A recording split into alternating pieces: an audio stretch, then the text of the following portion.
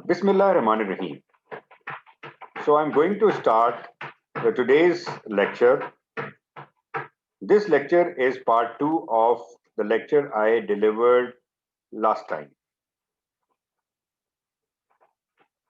So I will be discussing the different types of pemphigus, the differential diagnosis, the investigations, and the treatment today.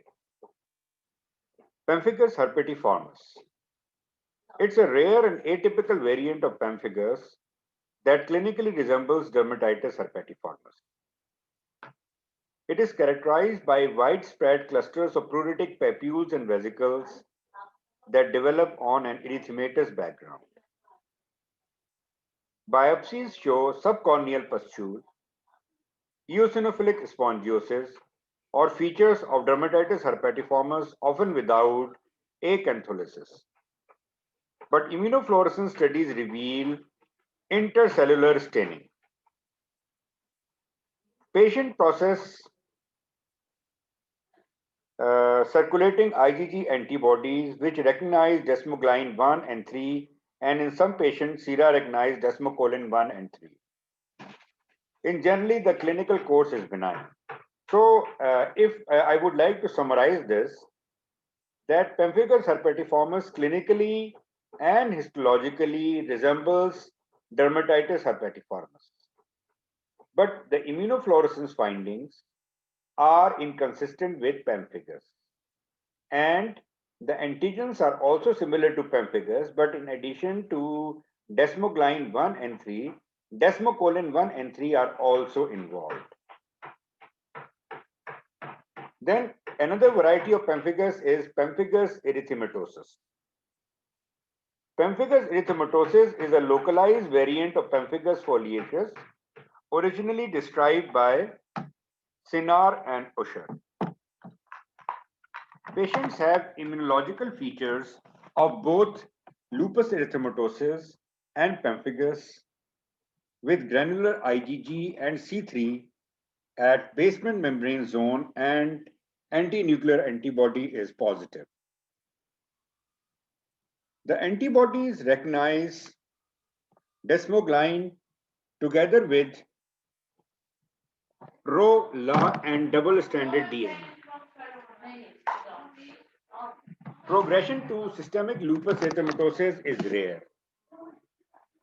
Pemphigus erythematosus may be associated with myasthenia gravis and thymoma.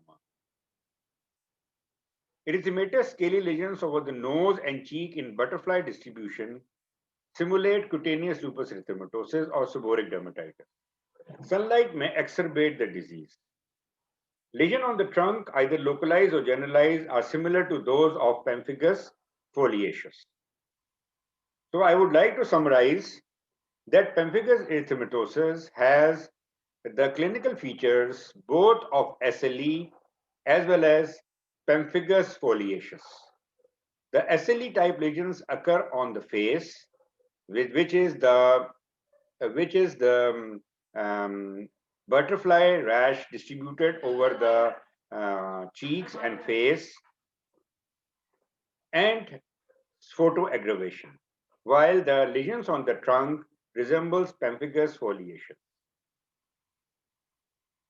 The immunological features are both of pemphigus and of SLE. There will be the granular IgG and C3 deposit at basement membrane zone, and in addition, similar to pemphigus, there will be intracellular IgG deposition. So this is how pemphigus erythematosus would look like. Then pemphigus paraneoplasticus. Paraneoplastic pemphigus has been reported in association with variety of neoplasms, almost exclusively of hematological origin. The commonest association is with non-Hodgkin lymphoma, but chronic lymphocytic leukemia Castleman disease, thymoma, and Waldenstrom macroglobulinemia have all been associated. Immunofluorescence changes are characteristic with feature of both pemphigus and pemphigoid. The early histopathology is frequently lichenoid. Paraneoplastic pemphigus is characterized clinically by severe stomatitis, conjunctivitis, which may be scarring and esophageal and respiratory genital mucosal involvement, flexural involvement together with bullous and erosive lesions elsewhere. The cutaneous lesions may be erosive or blistering, as in pemphigus vulgaris, though tense pemphigoid-like blisters may also occur, as well as erythema multiforme or lichenoid change.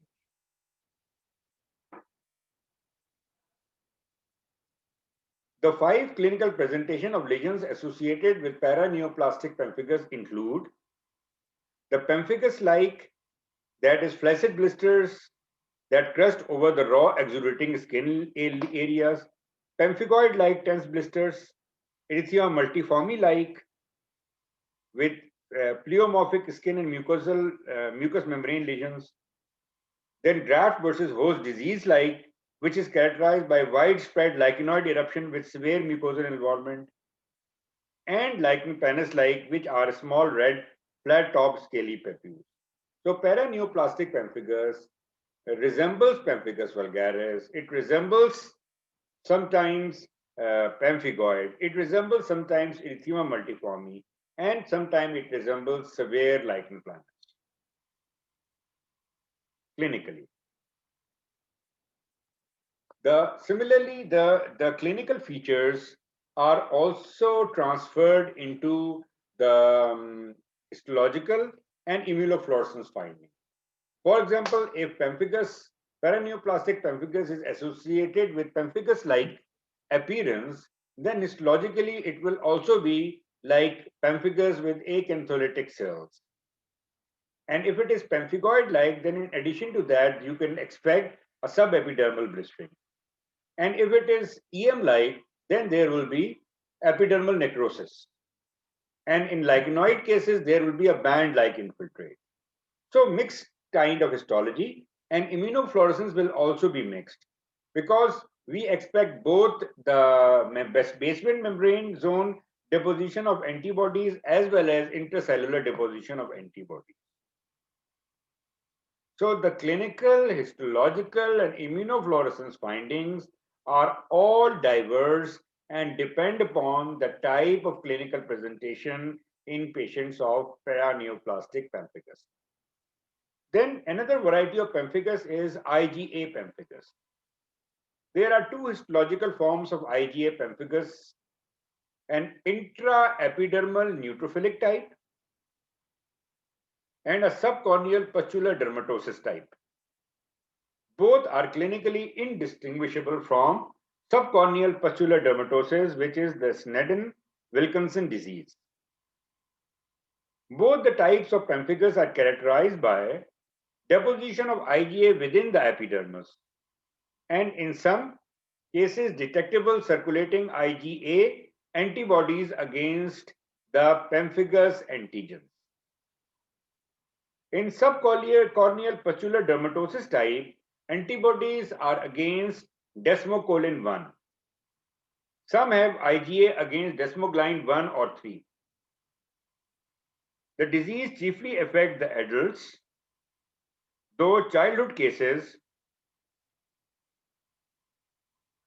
have been reported. Patients with both types have flaccid vesicles or pustules arising on erythematous or normal skin. The lesions may be intensely pruritic and show circinate or annular configuration with central clearing, evolving to scaly or crusted erythematous macules. Site of predilection are axillae and groin, though trunk, face, scalp, and proximal limbs may also be affected. While some patients are indistinguishable from Sneddon-Wilkinson disease, Other may resemble pemphigus foliaceus or pemphigus herpetiformis. Mucosal involvement is unusual. The most frequently reported association is with monoclonal IgA gammopathy in subcorneal type, a feature it has in common with classical subcorneal pustular dermatosis. So the IgA pemphigus clinically resembles subcorneal pustular dermatosis. But in addition to that, another feature is the distribution of rash in annular or succinate configuration. There are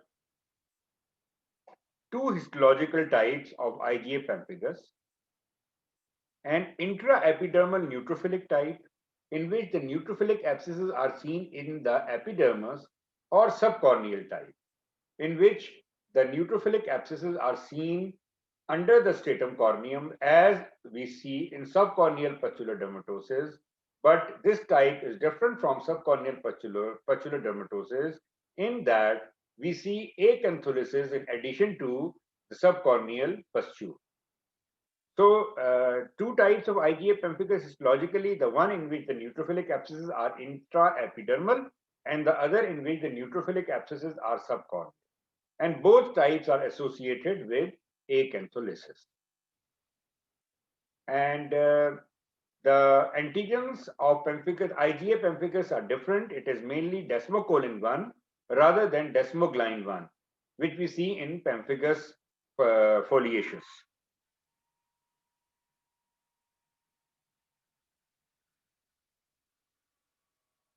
Mucosal involvement is unusual. Differential diagnosis. Pemphigus vulgaris, the oral erosions, which are sometimes the main feature of pemphigus vulgaris, resembles acute herpetic stomatitis, but herpetic stomatitis will be characterized by grouped superficial vesicles. Then erythema multiforme type. Erythema multiforme will be associated with intraoral blisters, erosions, and ulceration.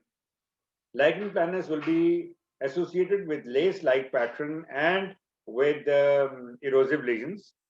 Then mucous membrane pemphigoid has a rare presentation in oral mucosa, which are characterized by intraoral blisters as well as erosion. The vegetating pustular lesions and flexures may be differentiated from hidradenitis suppurativa and Hailey-Hailey disease, or secondary granulomatous infection. Histological differential diagnosis of pemphigus vulgaris include Darius disease, Hailey-Hailey disease, and Grover's disease. I have explained all the three diseases in one of the previous lectures. Pemphigus foliaceus resembles seborrheic dermatitis or impetigo, but histological and immunopathological features are distinct. I many of times tell my trainees that always consider the diagnosis of pemphigus foliaceus whenever you are suspecting or diagnosing a patient as infective or bad seborrheic dermatitis. So such patients who are having infective or bad seborrheic dermatitis may turn out to be suffering from pemphigus foliaceus. Then pemphigus erythematosus may need to be distinguished from seborrheic dermatitis and chronic lupus erythematosus. Paraneoplastic pemphigus. In most patients, the diagnosis and treatment of underlying malignancy precedes the development of pemphigus, but it is not universally the case. The clinical differential diagnosis is, of course, Stevens-Johnson and 10, graft versus host disease, erosive lichen planus, and disseminated herpes. So this is how pemphigus paraneoplasticus would present. Like pemphigus vulgaris type of lesions, mucosal lesions, then lichen planus type of lesions. So all different type of lesions can see in pemphigus paraneoplasticus. Classification of severity. A number of severity indices, the pemphigus disease area index PDAI, or autoimmune bullous skin disorder intensity score, abscess have been proposed in order to standardize the assessment of patients with autoimmune blistering disorder. These tools will become useful both in context of clinical trials and monitoring the response to treatment of individual patients. But of course, these tools are not applicable for day-to-day management of the cases. Disease course and prognosis. Pemphigus in its various forms typically has a chronic course with average disease duration of 10 years. Various factors have been suggested to influence the disease course. That includes site and severity of the initial disease, with oral involvement and adverse prognostic factors. Immunologically, presence of both desmoglein 1 and 3 antibodies tend to be associated with more active disease.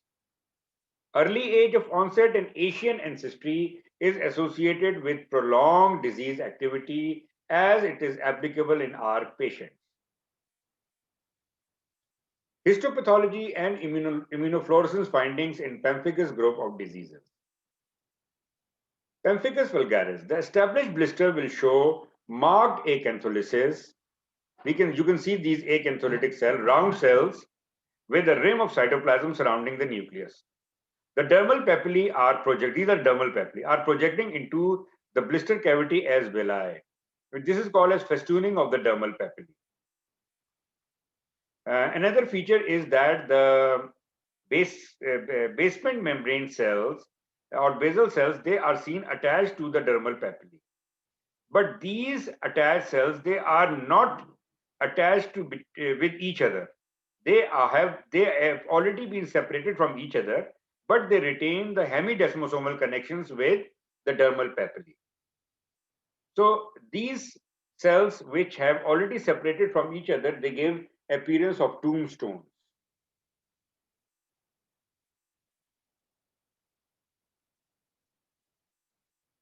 You can see these tombstones, row of tombstones. Another characteristic feature of pemphigus vulgaris is that whenever a hair follicle is included in the lesion of pemphigus, the acantholytic changes are seen in the hair follicle as well. This feature is not seen in Hailey-Hailey disease. You can see the acantholysis occurring within the hair follicle. Immunofluorescence finding will show a deposition of IgG and C3 in a fish net-like pattern or chicken wire pattern in the epidermis. And this immunofluorescence will be done from a perilesional skin area 1 centimeter surrounding an active lesion of pemphigus vulgaris or foliaceus. Pemphigus vegetans. The pemphigus vegetans is characterized by hyperplastic epidermis with scattered abscesses. Acantholysis is often subtle. Another feature is intense inflammatory cell infiltrate in the dermis that comprise of numerous eosinophils. This high power view shows a neutrophilic abscess within the epidermis. Numerous eosinophils are seen among the acantholysis. So both neutrophilic and eosinophilic abscesses are seen in pemphigus vegetans. Histology of pemphigus foliaceus is different from vulgaris in that the split is mainly subcorneal and most of the epidermis is seen at the floor of the blister. The immunofluorescence findings will also be typical to pemphigus foliaceus as there will be intercellular deposition of IgG in superficial portion of the epidermis. Pemphigus erythematosus will be characterized by intracellular staining of IgG. This is intracellular staining. Along with that, there will be a granular deposition of IgG and complement along the basement membrane. IgA pemphigus is characterized by subcorneal neutrophilic abscess with acantholytic cells.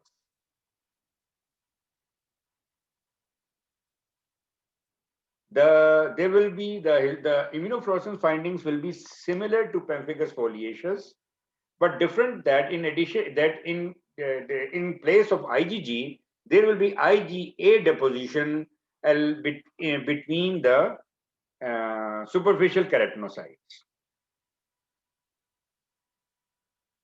The paraneoplastic pemphigus will be characterized by the fishnet pattern as well as the deposition along the basement membrane. Serological assays. Circulating pemphigus autoantibodies are detected by indirect immunofluorescence in over 80% of the patients. Esophageal mucosal substrate being preferable for detection of antibodies desmoglein 3, whereas normal human skin show higher sensitivity for detection of antibodies against desmoglein 1. Using ELISA, over 95% of pemphigus vulgaris patients have detectable desmoglein 3 antibodies, and 50% will have desmoglein 1 antibodies. In appropriate dilution, anti-desmoglein ELISA can be used to monitor the disease activity. Pemphigus-like circulating intracellular antibody have been reported in thermal burn 10 and first-degree relatives of pemphigus patients. Although ELISA test is not routinely performed to diagnose and monitor pemphigus vulgaris, but if performed, it is mentioned that 95% of the cases, patients will have circulating desmoglein 3 antibodies, and 50% will be having desmoglein 1 antibodies. So now we will be discussing the management of pemphigus, and the general principles of management include to induce the disease remission as soon as possible. This should be followed by period of maintenance treatment using the minimum drug dose required for disease control in order to minimize the side effects. The earlier the remission is achieved, the less will be the side effects of the treatment and complications. Occasional blisters are acceptable and indicate that patient is not being over-treated. Most patients are treated with systemic corticosteroids, which are effective. Adjuvant drugs are commonly used in combination with corticosteroids with the aim to increase the efficacy and having a steroid-sparing action, thereby allowing the reduced maintenance of corticosteroid doses and reduce corticosteroid side effects. Adjuvant drugs, however, are slower in action than corticosteroids, and therefore they are rarely used alone to induce the remission. So they are always used in combination with corticosteroids. Topical therapy.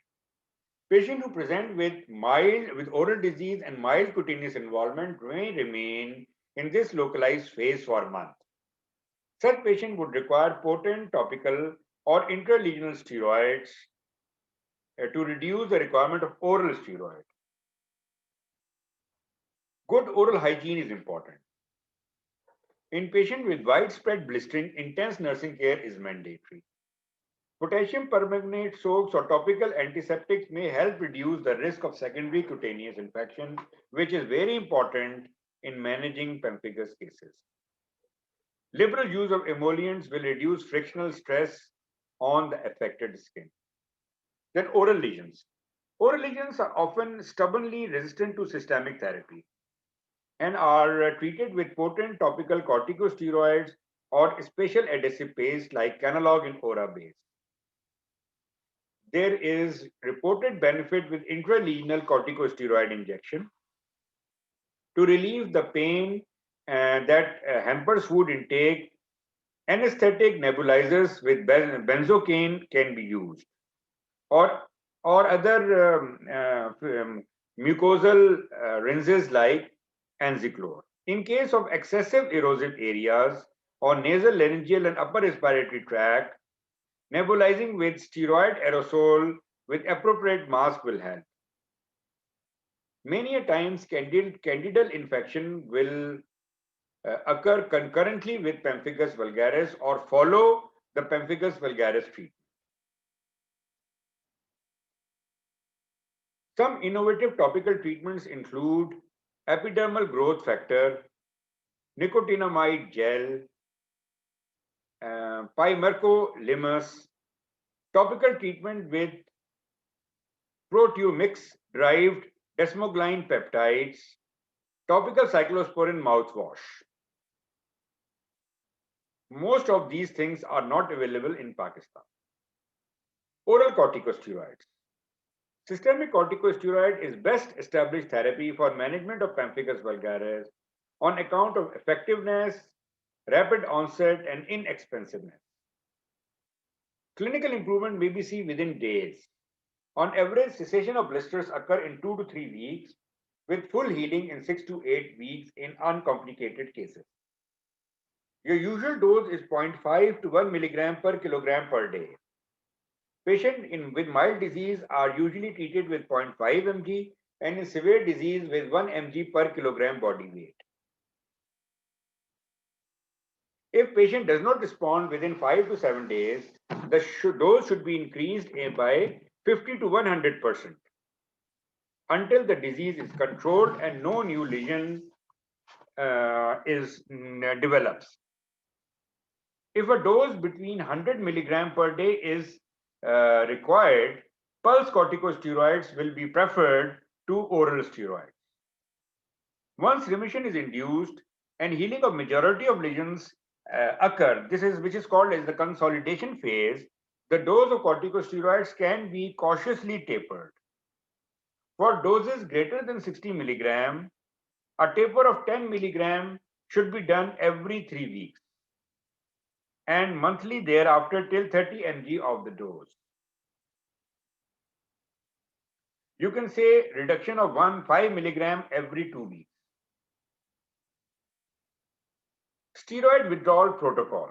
For a dose greater than 60 mg of prednisolone, taper 10 milligram every 3 weeks. For dose greater than 30 milligram of prednisolone, taper 10 mg every month. For dose less than 30 milligram prednisolone, taper 5 milligram every 3 months. And for dose less than 20 milligram of prednisolone, taper 2.5 milligram every 3 months. So this tapering protocol is taken from Professor Sahabzada Noor's presentation. So I would like to acknowledge Dr. Sahabzada Noor. He has always been an instrument in teaching the students how to taper the steroid. So what you would gain from this table is that you should not be in a hurry to start corticosteroid and should absolutely not in a hurry to taper corticosteroid, because pemphigus is a disease that has a lot of potential to get exacerbated once you rapidly taper off the corticosteroid. Slow tapering of corticosteroid is mandatory for a good remission and consolidation of the disease. Pulse intravenous corticosteroid. This is also a very important topic. Pulse corticosteroid could be considered in severe or recalcitrant pemphigus vulgaris to induce remission, particularly if there has been no response to high oral corticosteroids. The theoretical aim of pulsing is to achieve more rapid and effective disease control compared to the conventional oral dosing, thus allowing the reduction in long-term maintenance of corticosteroid dose and corticosteroid side effects. In pulse therapy, dose of each pulse is not standardized, but it is usually 10 to 20 milligram per kilogram body weight of methylprednisolone, which can be anywhere between 250 to 1 gram of methylprednisolone per day, or 2 to 5 milligram per kilogram body weight of dexamethasone, which could be anywhere between 50 to 200 milligram of dexamethasone. Single dose of 500 milligram methylprednisolone and 100 milligram of dexamethasone are both considered equivalent to 625 milligram of prednisolone. These doses are sometimes termed as the mega doses and are usually given as IV infusion over 30 minutes to 1 hour on every other day for a total of 1 to 5 administration. Prevention and treatment of corticosteroids, glucocorticoid-induced osteoporosis. Calcium and vitamin D supplementation is recommended for patients being treated with glucocorticoids. American College of Rheumatology Task Force Osteoporosis Guidelines suggest that patient taking corticosteroid any dose with anticipated duration of more than 3 months maintain a total calcium intake of 1200 milligram per day and vitamin D intake of 800 international units per day through either diet or by supplement. Azathioprine. Azathioprine is commonly prescribed and well-established adjuvant drug in pemphigus vulgaris.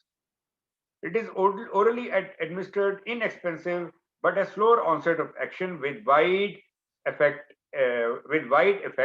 profile, with,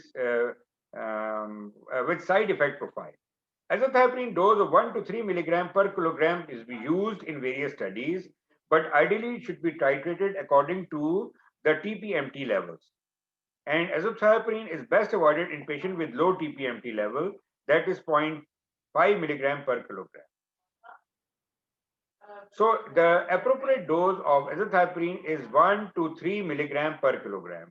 So in a 70 kilogram patient, if you are giving 2 milligram per kilogram, then it would be 140 mg.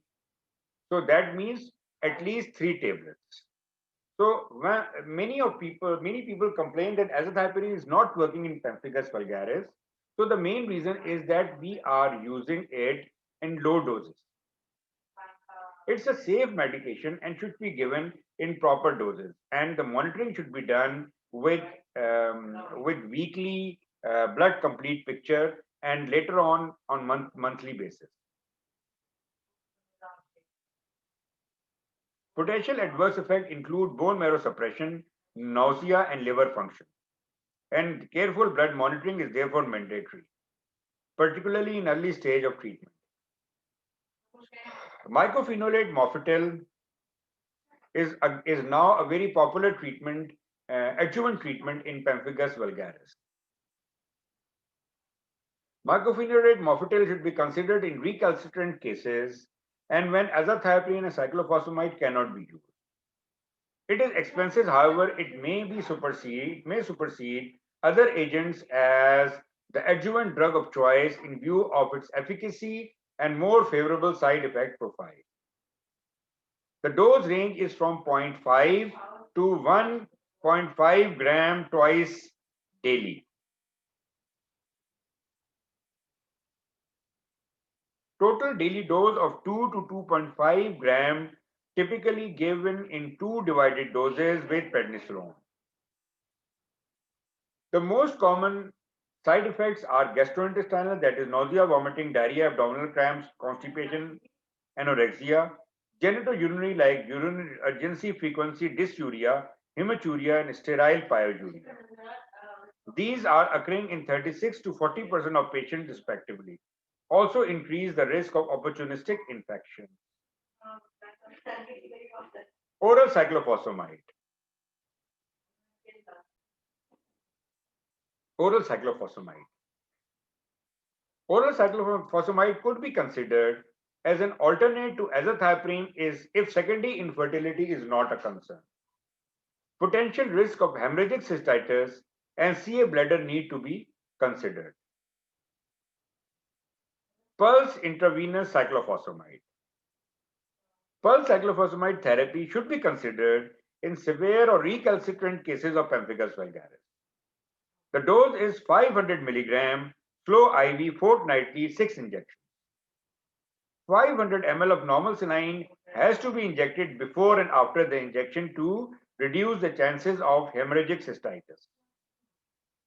The possible advantage of fewer steroid side effects, but IV administration side effect profile and need for repeated dosing may make it less favored therapy. Steroid and cyclophosphamide pulse therapy in patients with very severe form of pemphigus and with high antibody titers. Following will be the protocol for the management. On day 1, dexamethasone 100 mg or alternatively methylprednisolone 500 mg is given along with cyclophosphamide 500 milligram dissolved in 500 ml of 5% glucose solution. On day 2 and 3, 100 mg dexamethasone or alternatively 500 milligram methylprednisolone is administered again by IV drip.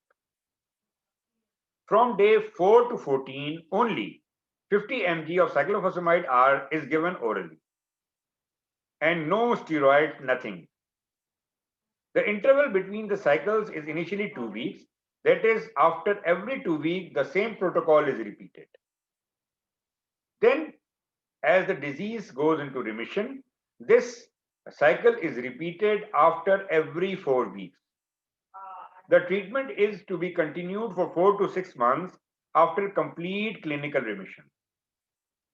Side effects of pulse therapy are severe. It includes seizures, cardiac arrhythmias, or even sudden death, especially in patients with other risk factors.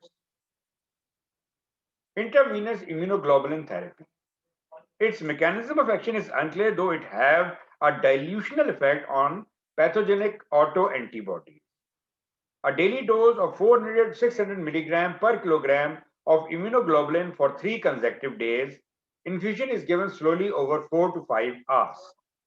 The cycles are initially spaced 2 to 3 weeks apart. Thereafter, the interval is increased to 4 weeks. And treatment is continued till the disease goes into the remission. Intravenous immunoglobulin are safest agent available, but still they cause anaphylaxis, headache, and flu-like symptoms and hypotension. Now, rituximab, a very important drug which has revolutionized the treatment of pemphigus vulgaris in the past 1 decade. The drug is monoclonal anti-CD20 antibody, and it causes depletion of B lymphocytes. Recent guidelines published by a panel of experts has recommended rituximab as the first-line treatment of pemphigus vulgaris and pemphigus foliaceus, and it also been used in treatment of paraneoplastic pemphigus. This is definitely not applicable in our case because of the cost of rituximab and the expenses on monitoring this drug. FDA has approved both the rheumatoid arthritis protocol as well as the other protocol for the rituximab, but the rheumatoid arthritis protocol is favored, in which 2 doses of 1 gram 2 weeks apart is given. There is a complete remission in a statistically significant number of patients. In other protocol, 500 milligram of rituximab is given weekly for 4 injections. So either we give rituximab 500 milligram weekly 4 times, or we give 1 gram rituximab 2 weeks apart, 2 injections. The probability of achieving complete remission of treatment is more in pemphigus patients receiving rituximab within 6 months of disease onset. A combination of rituximab and intravenous immunoglobulin not only allowed for discontinuation of systemic therapy, that is corticosteroid immunosuppressive, but also produced sustained remission with no infections or death. Presently, the indications for using rituximab could be failure of conventional therapy for a minimally 6 months. When conventional therapy has failed or produced catastrophic side effects or is contraindicated, then intravenous immunoglobulin may be used. Interventional treatment, which include the plasmapheresis. This regime include large volume 60 ml per kg plasma exchange on day 1, 2, 3, and 7. Intravenous prednisolone 2 mg per kg per day and cyclophosphamide 12 mg per kg per day on day 4, 5, and 6 is given during the first week. Number of cycles necessary to achieve clinical control may vary from 3 to 12. Steroid dosing gradually reduced to 0 within 11 months, whereas oral cyclophosphamide is given for 6 months and then tapered to 50 mg. Then immunoadsorption. It is another technique in which selectively trapping the pathogenic autoantibodies out of the body by means of filtering membranes. The usual protocols entails one treatment cycle of 4 immunoabsorption procedure on consecutive days. Further cycles with free interval of 3 to 4 weeks are carried out. Significant improvement over plasmapheresis. The clinical results can be rapidly observed. Incidents of deep or adverse effect include the deep venous thrombosis, hypotension, and bradycardia. Pemphigus in pregnancy.